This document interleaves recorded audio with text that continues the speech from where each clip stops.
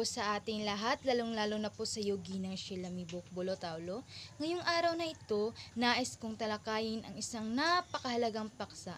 Ito ay ang kabataan ng pag-asa ng bayan o hamon ng lipunan. Ukay sarap pakinggan na tayong mismong mga kabataan ang sumasalamin na pag-asa ng ating bayan. Ngunit ano nga ba ang ating tunay na papel dito sa ating lipunan? Unang-una sa lahat, tayong mga kabataan ang tinutuking pag-asa ng ating bayan. Tayo ang sumasalamin sa pangarap at aspirasyon ng ating lipunan. Nakasalalay sa ating kamay ang ikauunlad ng ating lipunan. Tayo ang magdadala ng sariwang pananaw para sa ikauunlad ng ating bayan.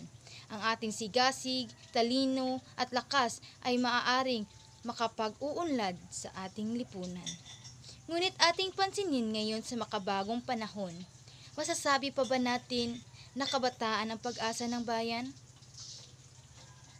Marahil masasabi nating hindi na ang kabataan ang pag-asa ng bayan. Maraming mga kabataan na siya ring nangunguna sa paggawa ng gawain na maaaring hindi ikauunlad ng lipunan. Pagnanakaw, paggamit ng bawal na gamot, paggawa ng krimen, paggamit ng social media para makapanakit ng kapwa kabataan. Ang mga isyong ito ay nagiging sagabal sa ating pag-unlad at naging hamon ng ating responsibilidad bilang mga pag-asa ng ating bayan.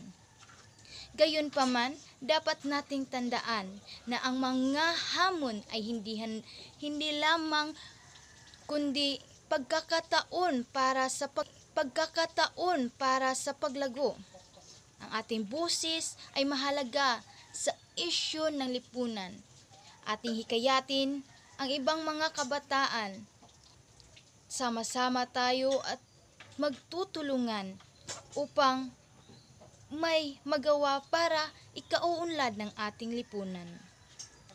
Sa huli, yung mga kabataan ay hindi lamang pag-asa ng bayan, kundi pati na rin sa pangarap at aspirasyon at adhikain ng ating lipunan.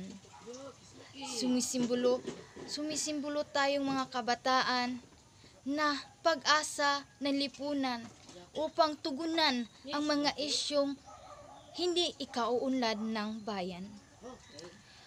Sa huli, ang tagumpay ko at ang tagumpay nating mga kabataan ay tagumpay rin ng ating bayan. Maraming salamat po at yun lang po.